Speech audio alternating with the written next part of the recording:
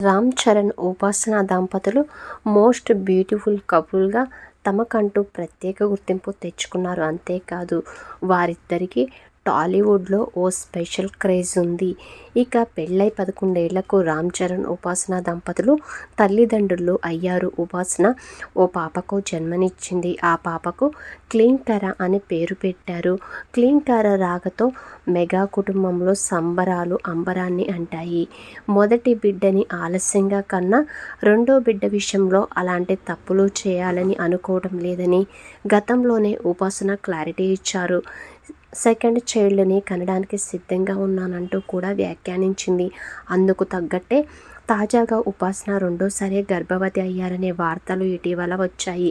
ఇటీవల ఢిల్లీలో archery premier league ప్రారంభోత్సవానికి రామ్ చరణ్తో పాటు ఉపాసన హాజరయ్యారు.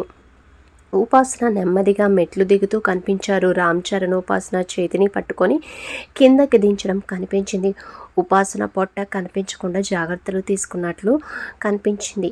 దీంతో ఉపాసన ప్రెగ్నెంట్ అంటూ అప్పటి నుంచి వార్తలు జోరందుకున్నాయి. ఇక ఈ విషయం తెలుసుకున్న మెగా అభిమానులు మాత్రం ఫుల్ ఖుషి అవుతున్నారు.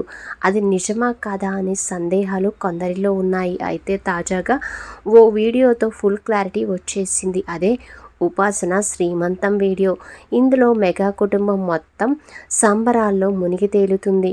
చిరు, చరణ్లు ట్రెడిషనల్ డ్రెస్లో మెరిసిపోతూ తమ కుటుంబంలోకి మరొకరు రానుండటంతోపై సంతోషంలో మునిగి తేలుతున్నారు.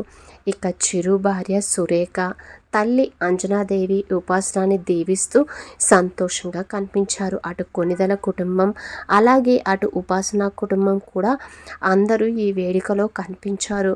ఈ కార్యక్రమం అంగరంగ వైభవంగా జరిగినట్లు ఈ వీడియో చూస్తే తెలుస్తుంది.